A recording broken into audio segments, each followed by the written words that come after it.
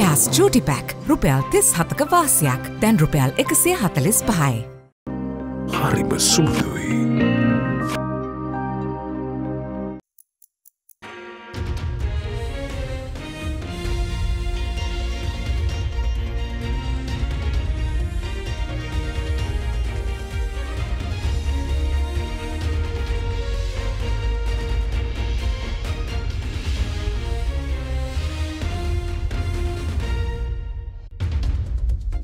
Tonight on First at 9, this Sunday the 22nd of January 2023.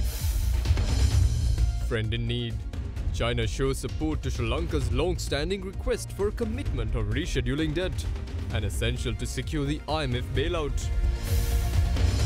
Transition. Is the Sri Lankan government's plans to enable the economy to transit to a social market economy achievable?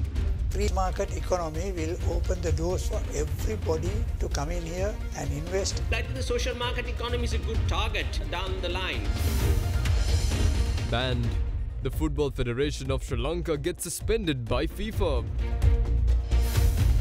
From AdaDerana, this is AdaDerana First at 9 with Andrew Bernard. Live from Studio 24 in Colombo. A very good evening and welcome to AdaDerana 24's English News. In your top story for tonight, China yesterday responded to Sri Lanka's long-standing request for commitment on its rescheduling its debt as a prelude to the bailout by the International Monetary Fund with an offer for a 2-year moratorium. The letter comes off the back of India's announcement that it had written to the IMF extending its assurances in support of an IMF program for the extended funds facility for Sri Lanka, and a tense exchange between the United States and China, sparked by Ambassador Chang's characterization of China as a spoiler of debt restructuring efforts in the island. In a letter to President Ranil Wickremesinghe in his capacity as Finance Minister, the Exim Bank of China, responsible for much of the loans given to Sri Lanka, said the 2-year moratorium would be a short-term suspension of the debt owed to China, while asking Sri Lanka's creditors to get together to work out medium and long-term commitments. It is learnt that the letter also extends China's support to the IMF's extended fund facility and requests the IMF to go ahead with discussions on debt restructuring that will lead to an IMF program. The letter giving China's assurances arrived on the eve of a Paris Club meeting of Sri Lanka's creditors scheduled for the next week, where Sri Lanka's debt restructuring measures are to be discussed. Sri Lanka's efforts to get China's support along with India's support for rescheduling loans were being negotiated for several months. අපිට ලබා දිය යුතු financial ඇෂුරන්සස් සම්බන්ධයෙන් අපේ හිතවත් මිත්‍රශීලී රටවල් ණය හිමියන් මේ වෙනකොටම සුබවාදීව ඒ අවශ්‍ය ඇෂුරන්සස් ලබා දෙමින් පවතිනවා. ඉන්දියාව මේ වෙනකොට ඇෂුරන්සස් ලබා දුන්නා. ඊළඟට චයිනීස් එක්සිම් බැංක් එක ජනාධිපතිතුමා සමග කරපු සාකච්ඡාවෙන් පසුව සුබ පණිවිඩය වුන් මුදල් අමාත්‍යාංශයට ලබා දීලා තිනවා. පැරිස් ක්ලබ් එක සහ ජපානය ඉදිරියේදී ලබා දීමට නියමිතයි කියන සහතිකය අපිට තියෙනවා. Recently, the US ambassador to Sri Lanka, Julie Chung, accused China of spoiling debt restructuring efforts in the country. Sri Lanka does not have time to delay. They need these assurances immediately. And we've seen again delays in Zambia and Chad and other countries where for one reason or another it's been held up. And China has been the spoiler. So again, for the sake of the Sri Lankan people, we certainly hope the PRC is not a spoiler. Those remarks sparked a sharp response by the Chinese embassy, who pointed out that the US was eager to accuse China of being a spoiler in Sri Lanka's efforts to secure an IMF deal. The Chinese embassy went on to highlight that the US should consider the disproportionate power it has over major policy decisions in the IMF due to its veto power. The embassy also highlighted that it was hypocritical of the US ambassador to play the blame game instead of self-examination, considering the support that China has already provided Sri Lanka under its no-strings-attached commitment and practice. Now, parliamentarian of the Samgi Janabala Vege, Dr. Harsha De Silva, stated that the assurances given by China and India on restructuring Sri Lanka's debt is viewed positively, adding that the IMF support is a must for the economy to come out of the crisis. අපිට දැනගන්න ලැබෙනවා ඉන්දියාව ලංකාවේ ණය ප්‍රතිව්‍යුහගත කිරීම සඳහා අවශ්‍ය සහයෝගය ලබා දෙන්න ලිඛිතව ජාත්‍යන්තර මූල අරමුදලට දන්වා තියෙනවා කියලා. අපිට අද වෙනකොට දැනගන්න ලැබෙනවා චීනේ සඳහන් කරලා තියෙනවා කියලා යම් විදියකින් මේ ණය ප්‍රතිව්‍යුහගත කිරීම සම්බන්ධයෙන් උදව් ලබා දෙන බව අපි දන්න ආකාරයට ඔවුන් කියලා තියෙන්නේ වසර 2ක ණය ගෙවීම තාවකාලිකව පස්සට දාන්න මොරටෝරියම් එකක් දෙන්න තමයි ඉදිරිපත් වෙලා තියෙන්නේ. ඔය ලිපි දෙක මත තමයි ඊළඟ අධියර ජාත්‍යන්තර මූල අරමුදලේ ඉදිරියට යන්නේ. විපක්ෂයේ හැටියට සතුටු වෙනවද චීනය සහ ඉන්දියාවේ මැදිහත් වීම එක? අපි දකින්නේ සුබවාදීව. මොකද මෙතන දේශපාලනයක් නැහැ. මේක අපේ රට. මේ රට වැටුනොත් අපි ඔක්කොම වැටෙනවා. අපි වැටිලා තියෙන වලෙන් ගොඩ ගන්න අපිට ජාත්‍යන්තර මූල අරමුදලේ සහයෝගය අවශ්‍යයි. Now, the GCE Advanced Level Examination for the year 2022 will commence tomorrow with an expected eligible candidate participation of 331,709.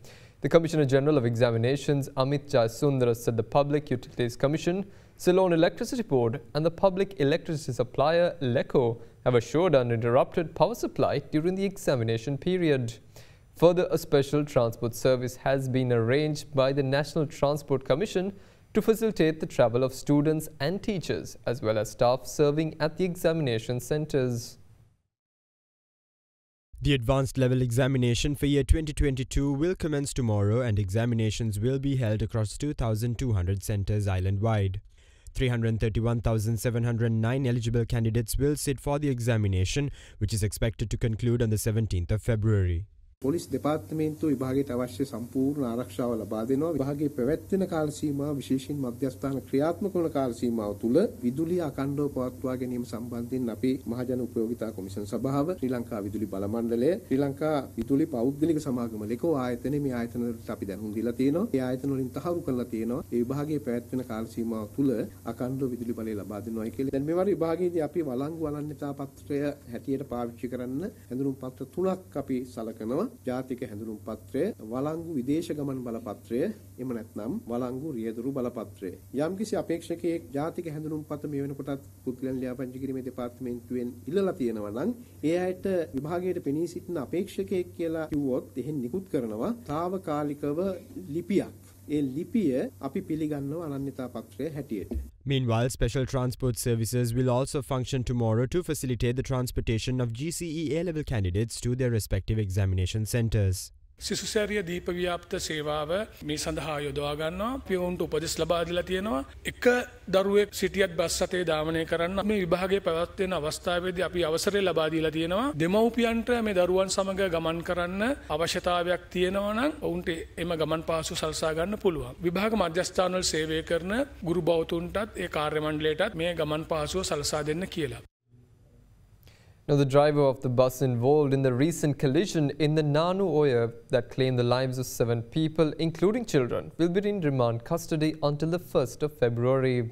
The order was issued by District Judge Lanka Sanjeeva Edirisinghe early today when the suspect was produced before the Nuwara Magistrates Court.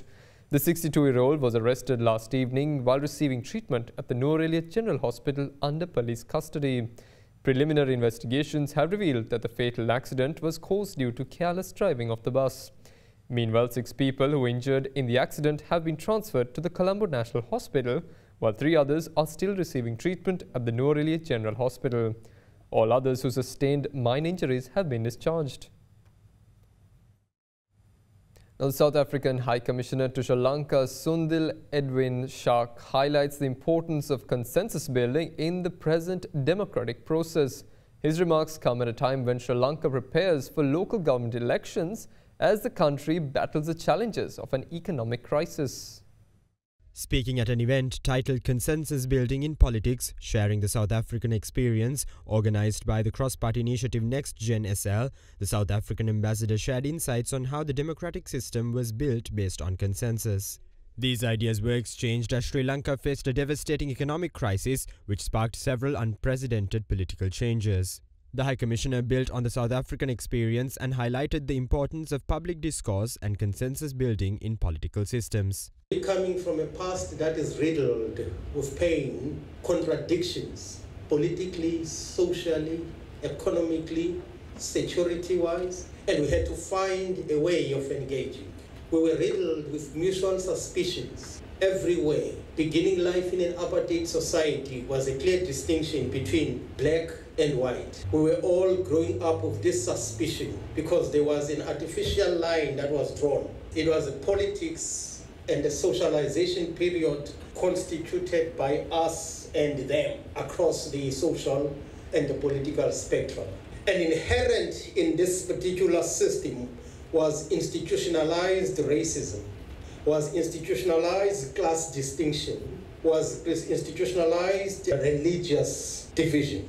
All of those were this plethora that were added into our socialization. So beginning life in an apartheid society created an artificial wedge where there was one particular race that had an inherent belief that it was ordained by God to be in charge of one society, and one other society in this country that saw this as an opportunity to be challenged. The democratic transition in South Africa is a classical example of a political change that was achieved through a dialogue based on consensus building. In 1955, the ANC, the African National Congress, convened a Congress of the People to develop what later became a Freedom Charter for all South Africans. The charter articulated not just what the South Africans of all persuasions opposed, it equally articulated the shape of the South Africa that everybody was looking forward to. That convening in 1955 was across race, across class, across ethnicity, across religion. As early as that time in 1955, some South Africans were already beginning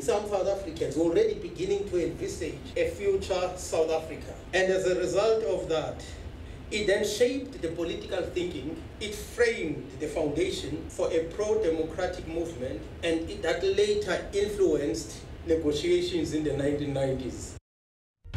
Now, is Sri Lanka's planned transition to a social market economy from a mixed economy achievable? Stay with us to find out after this short commercial break.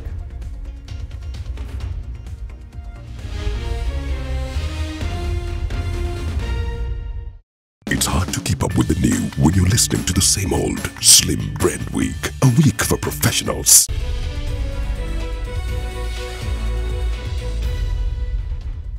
Welcome back. Now, to enable the transition from a mixed economy to a social market economy is the vision of the Sri Lankan government for the next few decades. The concept of a social market economy, which became the driving force of the economic growth in countries like Germany following the Second World War, is also common in some of the European countries like the United Kingdom, Austria, Poland and the Czech Republic. The question, however, is whether this model suits a country like Sri Lanka.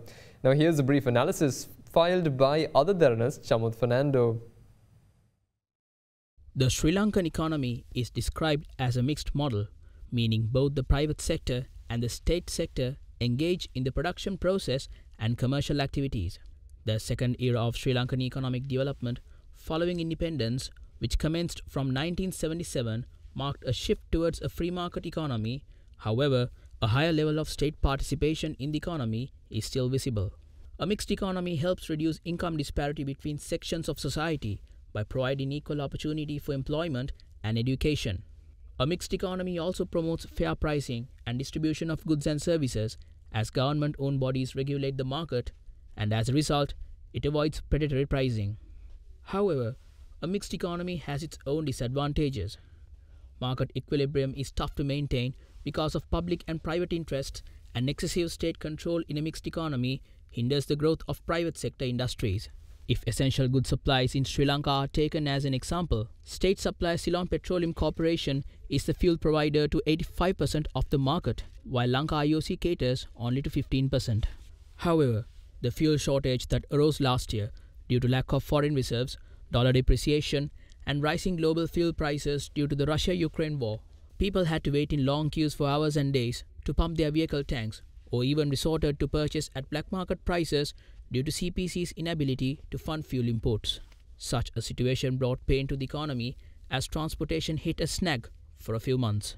During this backdrop, the expert view was that such a situation could have been avoided if there were more fuel supplies in the market, which was later considered by the government to invite more players by amending the Petroleum Products Act in October last year. In order to come out of the ongoing economic crisis in the country, the government aims to make the economy more competitive and export-oriented. The president is very interested in inviting foreign investment and then having also encouraging export industry. This is a country that is a hub.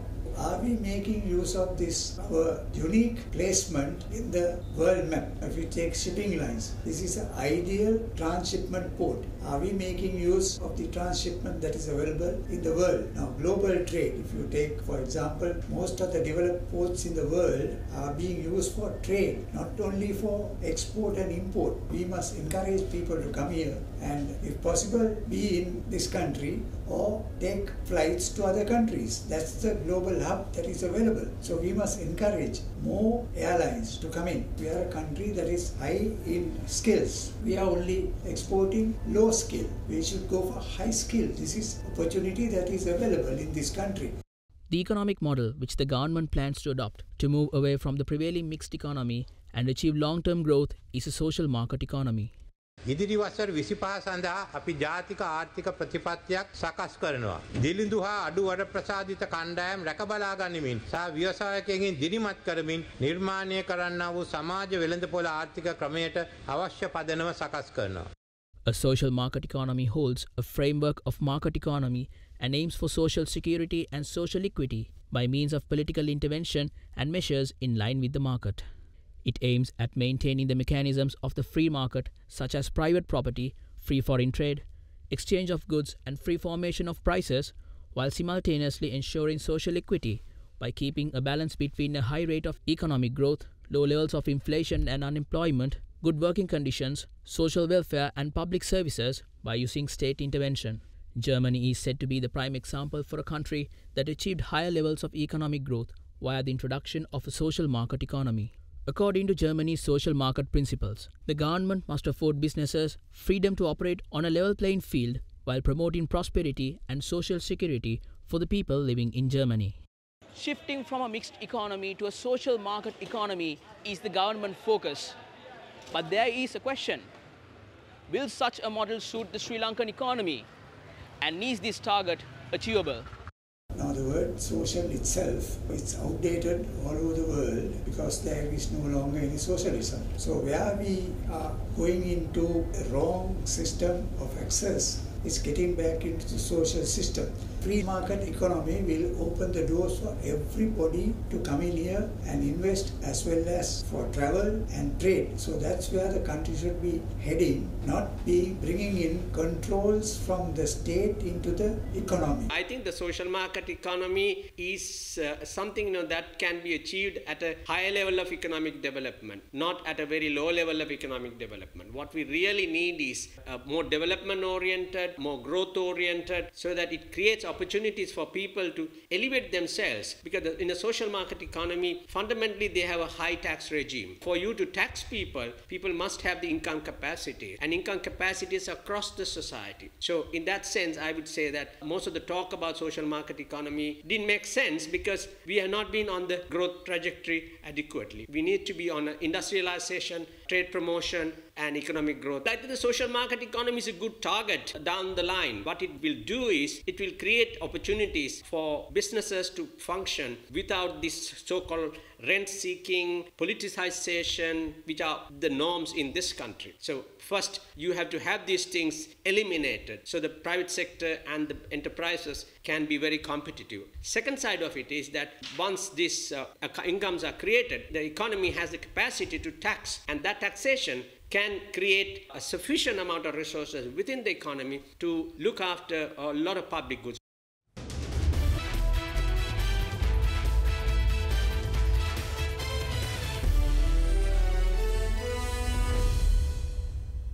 Now, the Football Federation of Sri Lanka has been suspended by FIFA with effect from the 21st of January 2023 until further notice.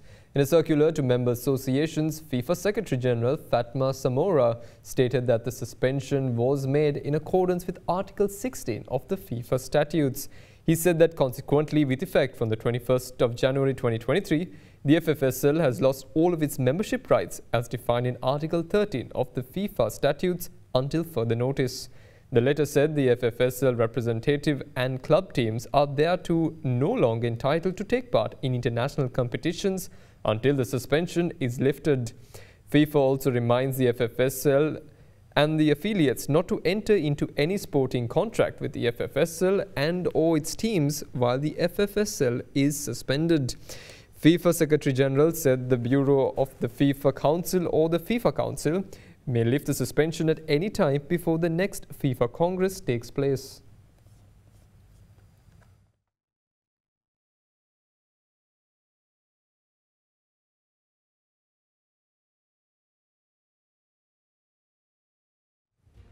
And that's all the news we have for this evening. Join us again tomorrow for the very latest news at the very same time. Tune into our social media pages to stay updated on the latest news. A pleasant evening and good night.